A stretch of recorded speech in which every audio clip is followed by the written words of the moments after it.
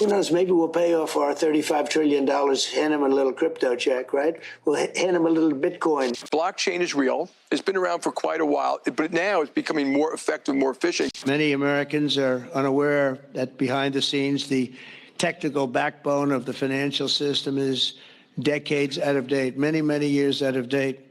You know that. Paul and others are straightening it out, but payments and money transfers are costly and take days or even weeks to clear.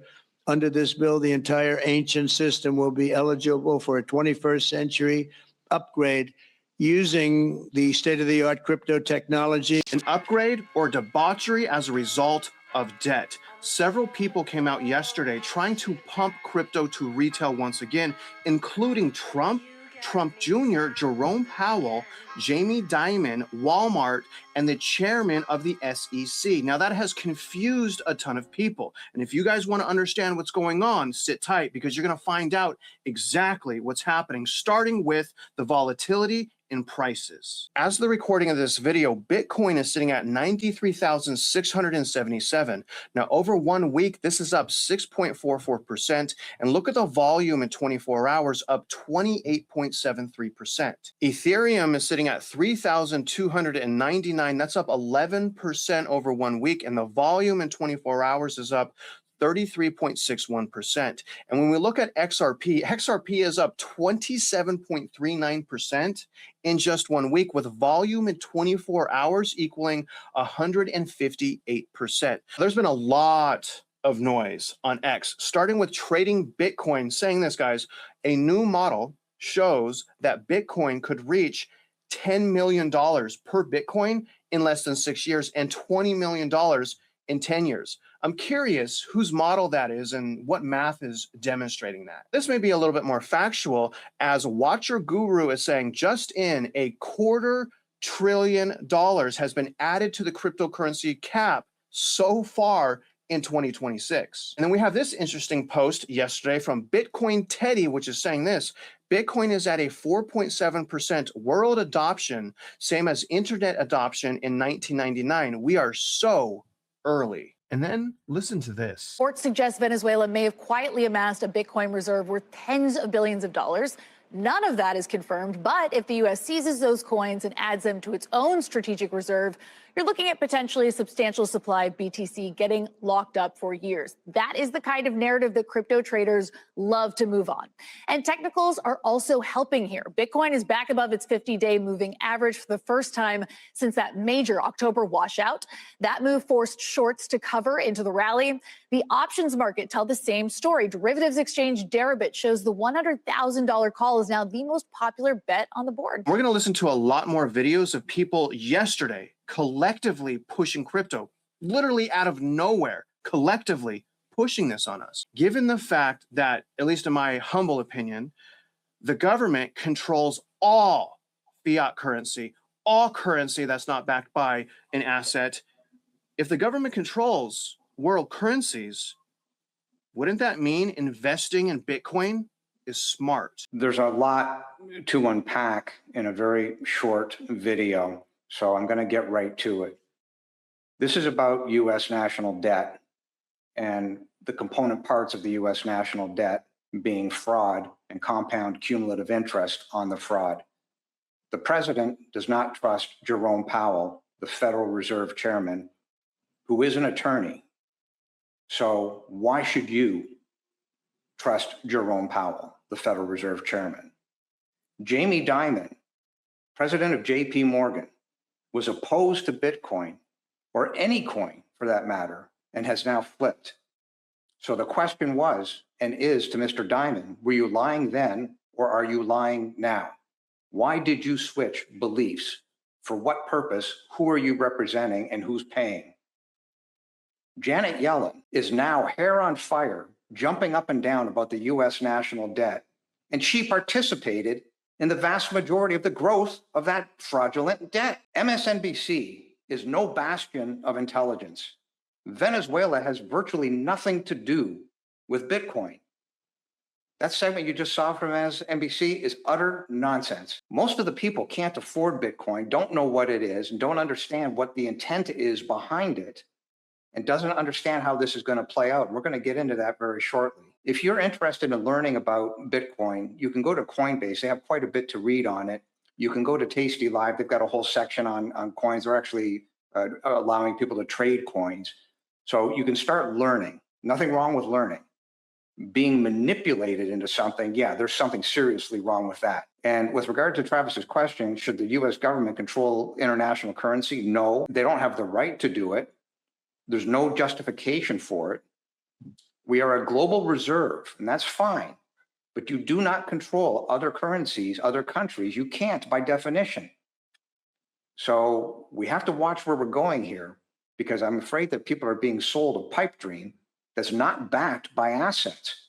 And we're going to get into that shortly, because I've got more to say about this topic. And we're going to love to hear about that. Speaking of manipulation, I'm going to play some videos that were circulating all over social media yesterday, and then we're going to talk about it because, again, you guys, I'm going to be honest with you. When I talked to Mitch about some of these clips this morning, I have never heard Mitch so upset. And I personally have never been so confused about why the heck all of these people would suddenly be pushing crypto when we have runaway silver right now. Literally, it's at $80 as the recording of this video. But sit tight and listen to some of these clips. Now, even though this video is old, this was a post made yesterday from Trump saying that this is the best explanation for Bitcoin. You guys let me know what you think. What is Bitcoin? Bitcoin is the world's first cryptocurrency, and it works because of the world's first public blockchain network. What does Bitcoin do? It's simple. It lets you send and receive value to and from anyone in the world using nothing more than a computer and an internet connection. Now, why is it revolutionary? Because unlike every other tool for sending money over the internet, it works without the need to trust a middleman.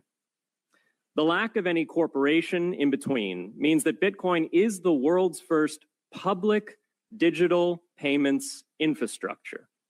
And by public, I simply mean available to all and not owned by any single entity. And a word from Trump Jr. Hey friends, Eric Trump. Welcome to American Bitcoin. It's a little sneak peek of our facility in Texas using American energy to mine Bitcoin right here on American soil. We could not be more proud of this facility. 35,000 of these servers right here, all liquid cooled, securing the network, mining Bitcoin. Every single day we mine about 2% of the world's Bitcoin supply, and we safeguard it every single day. So when people say that cryptocurrency is intangible, it's not. It's very tangible. And this right here, guys, is living proof. Take a look at the company. Come join us. We could not be more excited about our growth. I truly believe that we're building one of the great crypto companies anywhere on Earth. And now a word from Mr. Debt. So our role with Bitcoin really is to look at, with crypto, really is to look at the banks. And you know, we think it's, you know, banks are perfectly able to serve crypto customers as long as they understand and can manage the risks, and it's safe and sound. As a good number of our banks, right, that we regulate and supervise do that. You know, the threshold has been a little higher for banks engaging in crypto activities, and that's because they're so new. And you know, we don't want to make the mistake. If you're making a choice to conduct that activity inside a bank, which is inside the federal safety net with deposit insurance, then you want to be pretty sure that it's a safe and sound activity. So, you know, we're not against innovation, and we certainly don't want to take actions that would cause banks to, you know, to terminate customers who are perfectly legal. And now a message from the SEC chairman. That can happen before the end of the year? Well, we'll see. You know, we're working with Congress, and we're providing what we call technical assistance to them regarding legislation to make sure that, you know, they're staying on, you know, what makes sense and that meshes with other laws and whatnot. And but you know, we'll see. I can't prognosticate that, but we have enough authority to drive forward. I'm looking forward to having an innovation exemption that we've been talking about now. We'll be able to get that out in a month or so is what I'm hoping. We were impeded a bit by the government shutdown. Obviously, we couldn't work on things during that time. time, but we're on track and we will be able to forge forward with the crypto area and make sure that we are able to embrace this new area of innovation that for too long the United States basically is just pushed back against. And a quick clip on Walmart saying that they're going to start accepting Bitcoin. And just the ease of which, regular folks, people who, go to Walmart, there are 150 million Americans who use Walmart online or in person every week, can now actually have crypto in the very same app.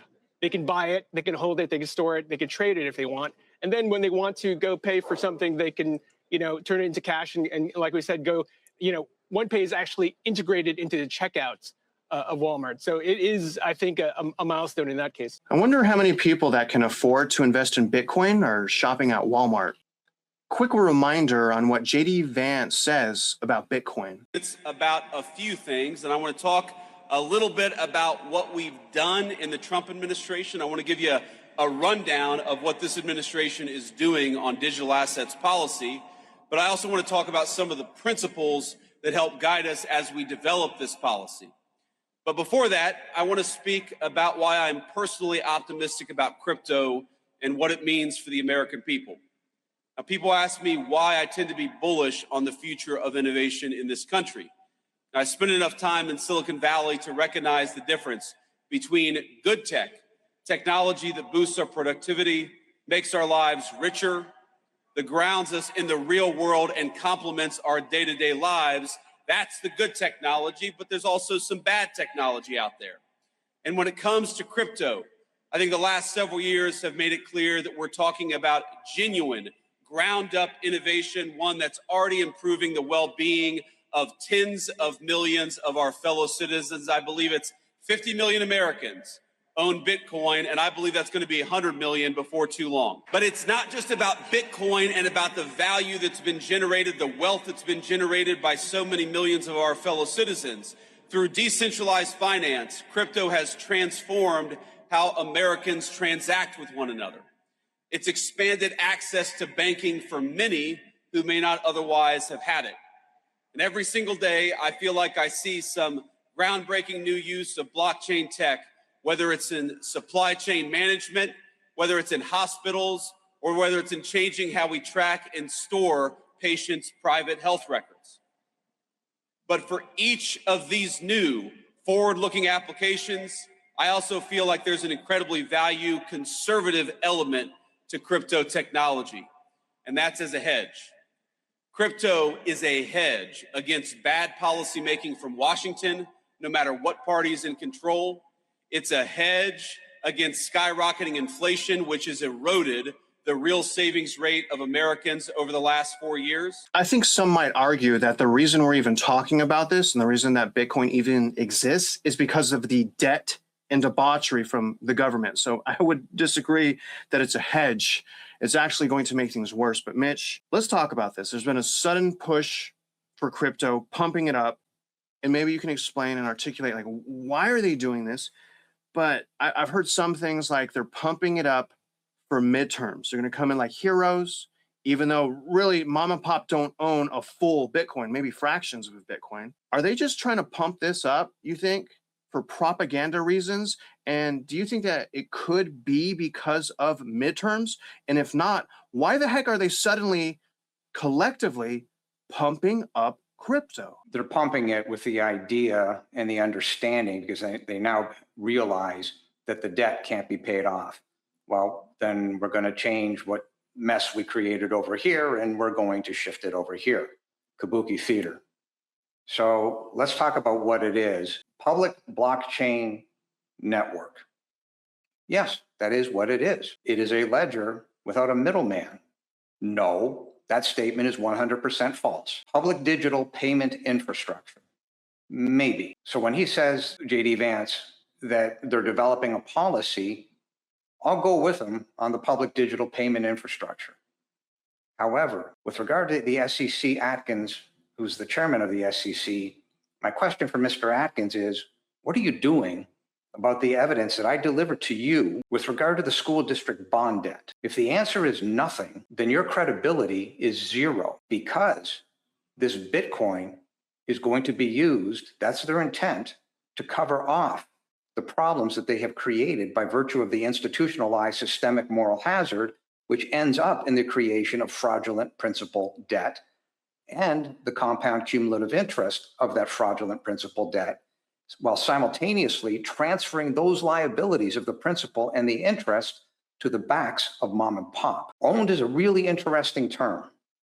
So the young gentleman said, Bitcoin isn't owned. He is wrong. It is true that Bitcoin is autonomous and is a mathematical model. That's very true. And I'm a fan of the model. I get it. However, the comment that no government owns it is 100% false. You don't necessarily have to own the mathematical model because you can control the mathematical model. You can control it with legislation and you can control it with taxation. And oh, by the way, if you don't like something, we get to denote who gets on Bitcoin, who doesn't get on Bitcoin. And if we don't like that, we'll just turn the power off. So when JD Vance says we're developing a policy, I've got another thought on this problem. And I've got something that's going to blow a hole right through the middle of this.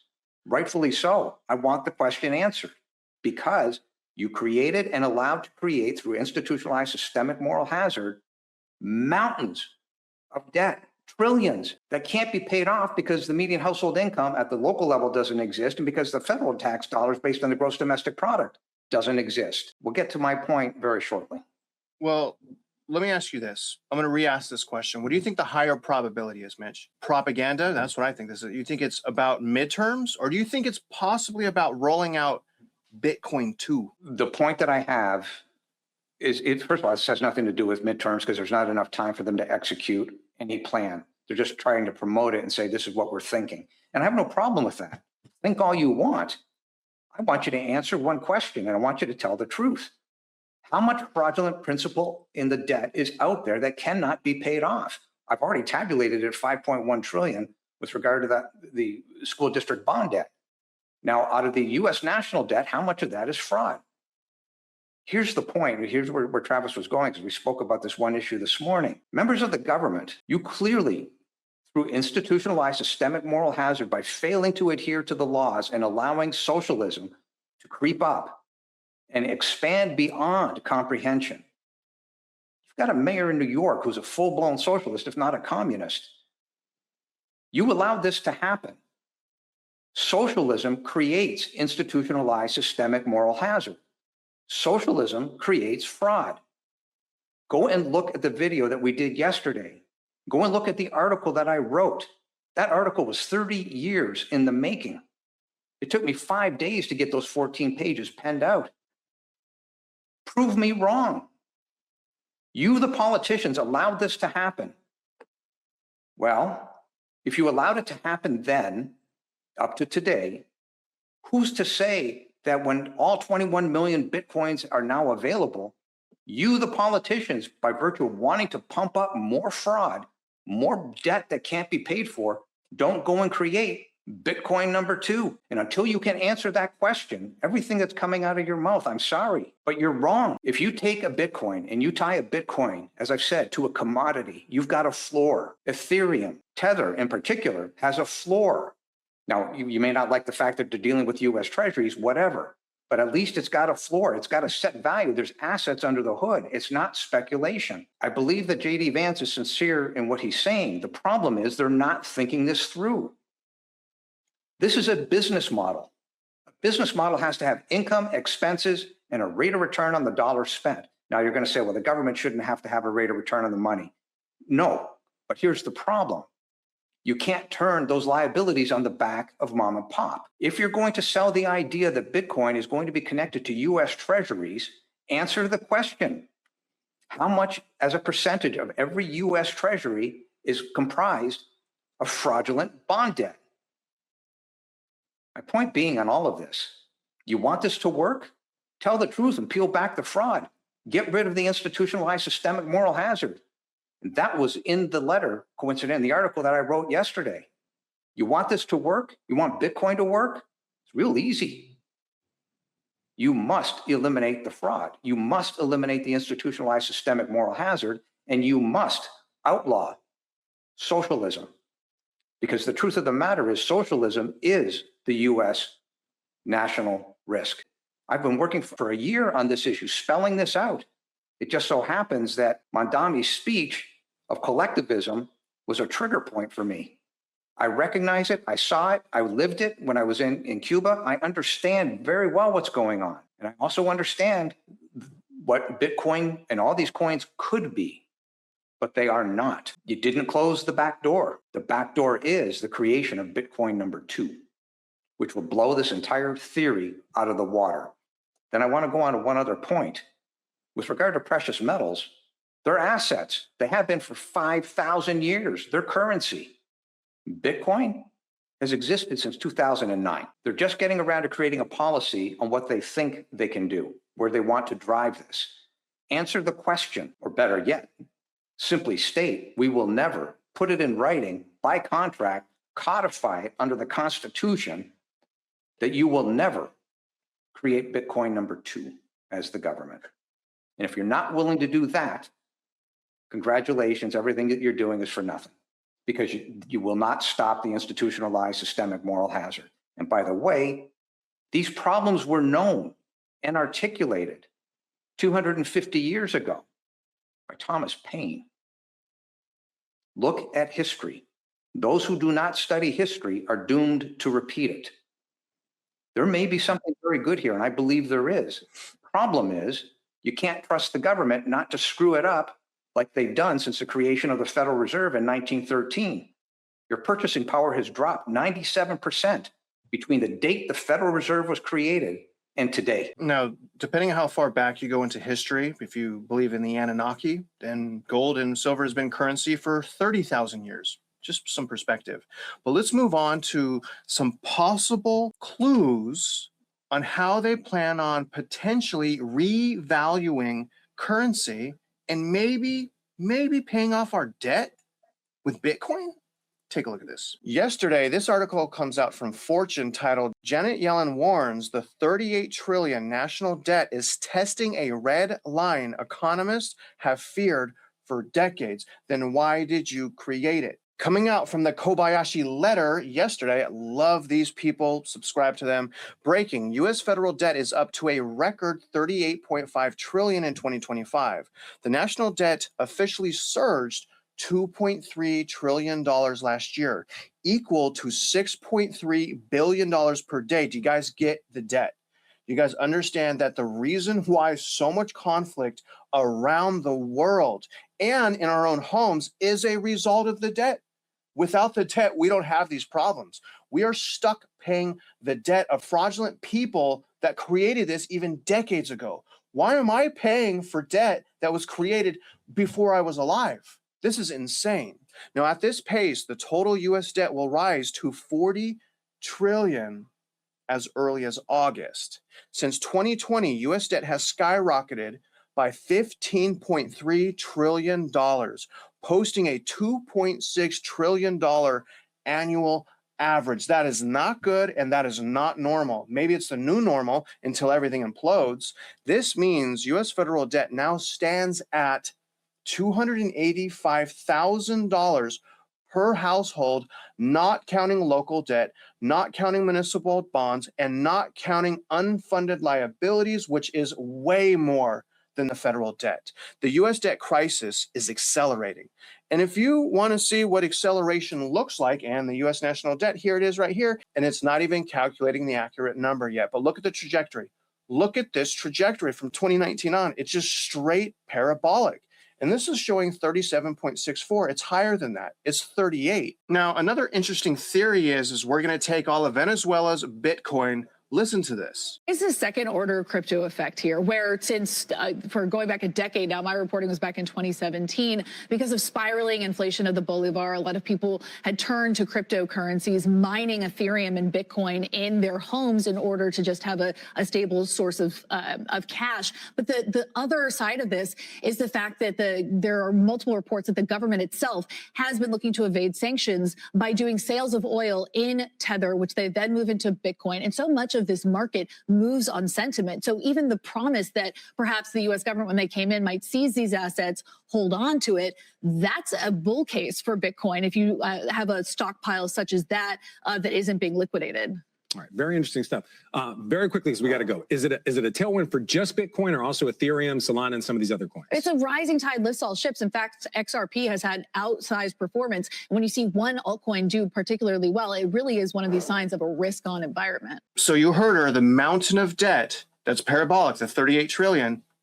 That's not important to talk about. Now, this article came out yesterday as well. Venezuela's secret 60 billion Bitcoin empire from illicit gold and USDT swap rumors ignite after U.S. intervention. Again, we don't have that proof, but there's already the speculation and there's already a push to pump this thing up. Now, what's also interesting is today, you guys, January 6th, Tuesday, there's going to be an update on the Clarity Act. Bipartisan Senate meeting is scheduled for today to discuss crypto market structure bill.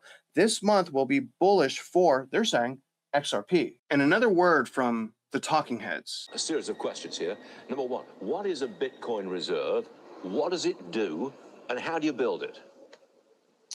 Well, first of all, the president created a strategic reserve of Bitcoin in part because the United States government didn't have like a single custodian. You had every agency in the government that might have had an asset, seized an asset, or anything else, any kind of digital asset. They didn't have custody of it, so they were losing track of the private keys.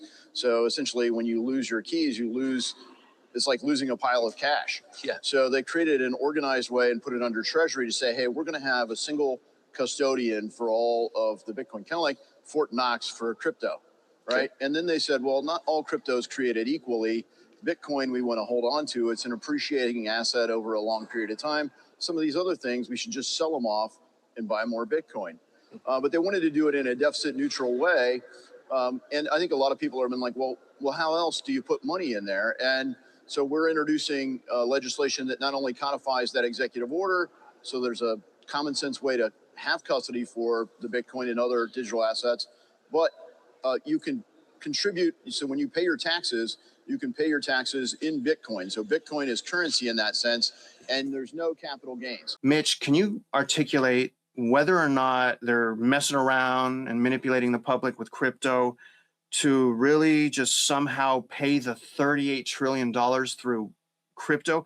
I don't even know how they would do that, but do you think that that's what's going on here, is certain revaluation of currency? If it were, there's one question. What is the business model for the U.S. government to entice the switch from cash, including the U.S. national debt, plus M1, plus M2, plus the unfunded liabilities, plus the principal of the outstanding derivatives, which is allegedly around another 20 trillion on top of all of that? What's the business model other than pure manipulation? However, regardless of the answer to that question of what is the business model, come forward, publish it. And JD Vance may say, well, it's not ready. We're still working on the policy. That answers the question. Well, why are we talking about it now? But here's the big problem. What is to stop the US government or any government from creating Bitcoin number 2?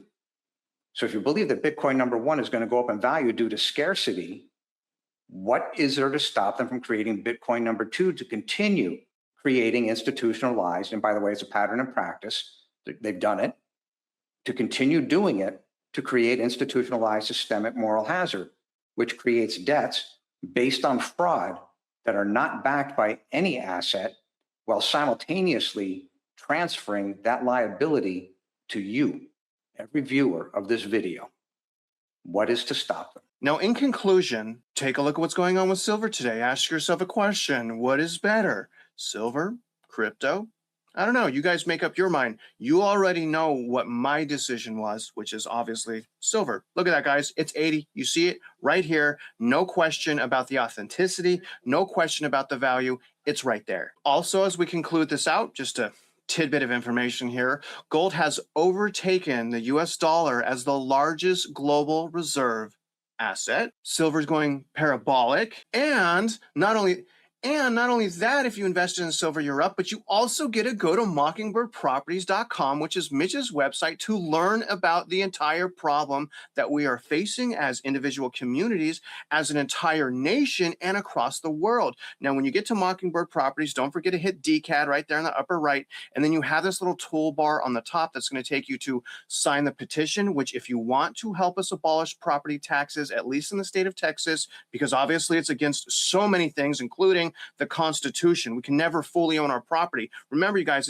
it was originally life, liberty, and the pursuit of property. They changed it to happiness, but it was originally property. Now, when you're done with Mitch's website, you can go to my website and you can learn how to do a bunch of different things to make a difference in your own community. The way that I set these trainings up is by Teachable. You can take courses one chapter at a time. It is completely free to you guys. And when you're done with that, don't forget to go to Substack. This article is free. This is Mitch's most recent article. It's absolutely phenomenal. It's titled, "We Live in a World of Fraud and Fraudsters." And other than that, guys, I want to give Mitch the last words, and then we're going to get you out of here. On my website, in the upper left-hand corner, is a link to the articles, letters, and discussions. And that document that Travis just referred to is now second in that list. It's well worth the read. If this government is sincere about helping mom and pop, then the federal government, which is also getting ripped off by the school districts, must insist that all property tax is repealed